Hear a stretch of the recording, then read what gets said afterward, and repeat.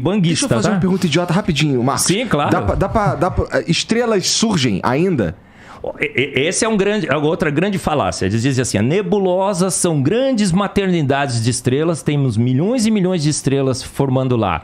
Igor, você sabia que não tem nenhum registro de nenhuma estrela sendo formada de fato no universo? E nós temos 2 trilhões de galáxias, com cada galáxia com 100 a 200 bilhões de estrelas. Dá 60 sextilhões de estrelas. Você está dizendo que a gente não conseguiu observar nenhuma informação. Não, a gente diz, olha lá, tem uma estrela em formação, tem uma estrela em formação, tem uma estrela em formação. Elas até hoje estão em formação, mas nenhuma formada. Bom, a gente consegue observar há pouco tempo também. Ô Igor, 60 sextilhões de estrelas... 13,8 bilhões de anos. Se você faz a conta no universo, no tempo que a gente está observando o universo, a gente deveria ter visto estrelas de fato se formando. A nebulosa, o que acontece com a nebulosa? Tem uns pontos lá luminosos, é gás sobre alta temperatura e pressão que está emitindo. A própria nebulosa já é um fenômeno sobrenatural. Se uma nebulosa, de repente, há um colapso de gás lá e formar uma estrela, tudo bem, mas quem formou a nebulosa? Quem pegou uma nuvem gasosa em expansão controlada e contraiu? Você consegue contrair gás? Eu vou fazer um experimento aqui, pega o gás assim, não, né? Não vai contrair o gás, eu vou sair.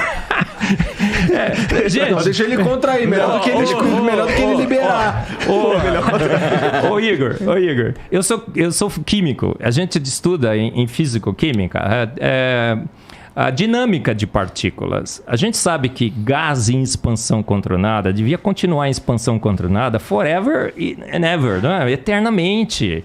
Não faz sentido uma nuvem gasosa em expansão, não tem mecanismo para contrair essa nuvem em estrelas. As nebulosas também são um grande mistério. Como é que uma nebulosa se formou? Como que os buracos negros supermassivos que nós temos no interior das galáxias, que estabilizam as galáxias, como aquela coisa se formou ali? A estrutura toda do universo mostra uma inteligência absurda. As 26 constantes universais que calibram as forças, as 3 forças da natureza, tudo é trino na natureza, né, Rodrigo?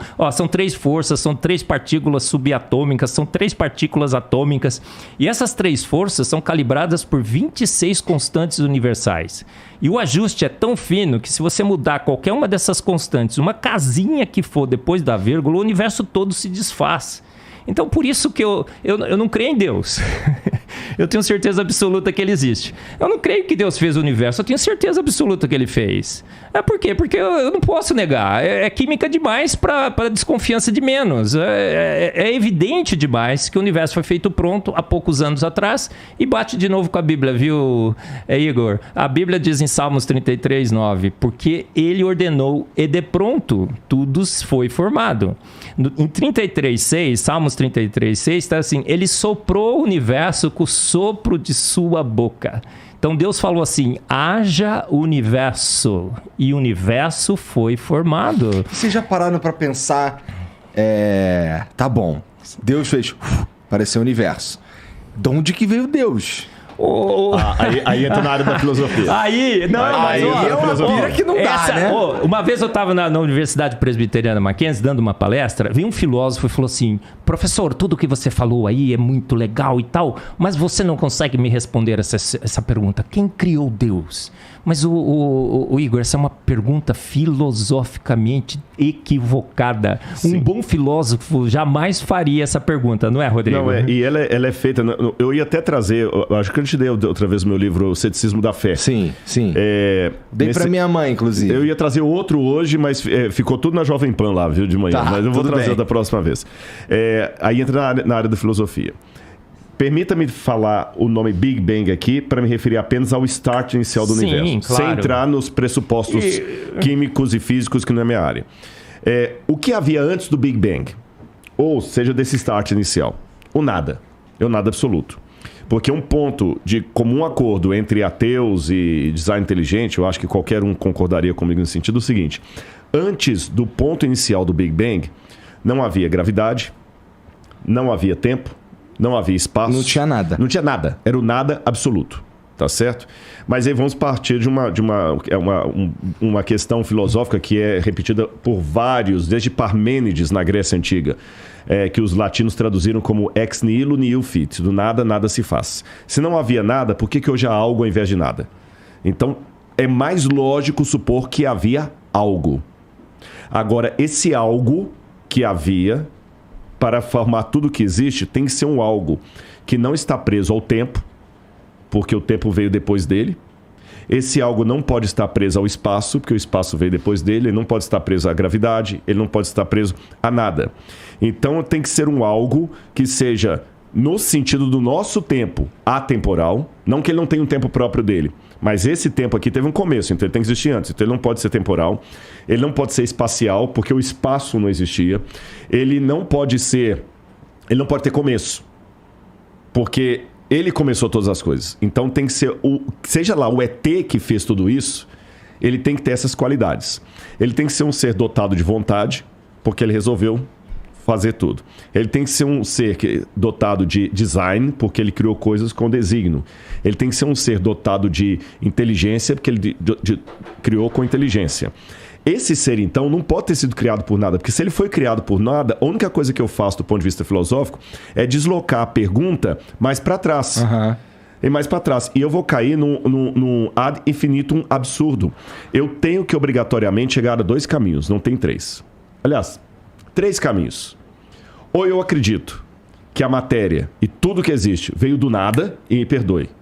Aí vem o meu limite. Isso não é científico. Porque, mas é provado. Não, então vamos falar de método científico agora. Eu vou até pedir licença para entrar na sua área. Eu li muito, desde os primórdios do método científico lá com Francis Bacon, depois as leis de Stuart Mill. O método científico ele tem que ser replicável, ele tem que ser observável, ele tem que ser visto em laboratório, ele tem que ser falseável. Por exemplo, até desse exemplo hoje de manhã. Como é que eu posso provar para você que gasolina de carro não funciona para avião? É simples, é falseável. Você pega a gasolina do carro e colocar lá. Agora, não é falseável dizer para você que Santos Dumont estava sem cueca quando ele se suicidou. Não tem como voltar lá e verificar isso. Tá certo? Então, dizer que que tudo pode surgir do nada, sem um agente que provoque isso não é nem falseável, nem científico, nem laboratorial, nem filosófico. Mas nem os caras que pensam no Big Bang como o início de tudo, eu já os vi falando que eles não fazem ideia do que causou o Big Bang. Exatamente, mas só quando eles falam assim, existe uma diferença. Quando a frase, olha as 2 frases. Não faço ideia do que causou o Big Bang. Um agnóstico pode falar isso. Beleza. Você está sendo honesto. Não faço ideia. Mas só dele falar não faço ideia do que causou, ele já está admitindo que houve que um causador. Algo causou. E pelo menos ele está admitindo que algo causou. Ele não faz ideia de quem que é. Se é um ET, se é o ET de Varginha, se é o Bilu, se é o Deus da Bíblia. Mas ele admite que algo causou. O problema é o outro, puro, que fala o seguinte, nada causou. O Big Bang aconteceu do nada. Então ele não está sendo, com todo respeito, ele não está sendo científico, porque ele não tem como me provar que coisas surgem de não coisas. Estou falando filosoficamente falando. Por que eu não tenho medo de aparecer um tigre aqui agora e sair devorando todo mundo? Porque não tem como surgir um tigre do nada. Exatamente. Se um tigre não pode surgir do nada, por que toda essa estrutura que a gente viu pode surgir do nada? Então eu sou obrigado a trabalhar com uma causa primeira. E essa causa primeira, para ser, do ponto de vista filosófico, uma causa que justifica o surgimento de tudo, aí eu estou usando aqui Aristóteles, isso é Aristóteles, essa causa tem que ter essas características, ela não pode ser presa ao tempo, ao espaço e tudo mais. Mas se alguém causou a causa, eu só estou deslocando a questão para trás. Aí que eu falei que tem as 3 possibilidades. Ou eu vou cair no absurdo de falar que o universo surgiu sem causa, o que não faz sentido, ou eu vou falar que sempre teve uma causa causando outra causa, eu vou cair no infinito absurdo, que também não faz sentido, porque tem evidências que o universo começou, ou eu caio num terceiro, que para mim é o mais lógico. Houve uma causa primeira que formou tudo isso, e quando eu vejo as características dessa causa primeira com o Deus que a Bíblia apresenta, eu vejo que dá match. Você entendeu? Esse é o ponto, da match.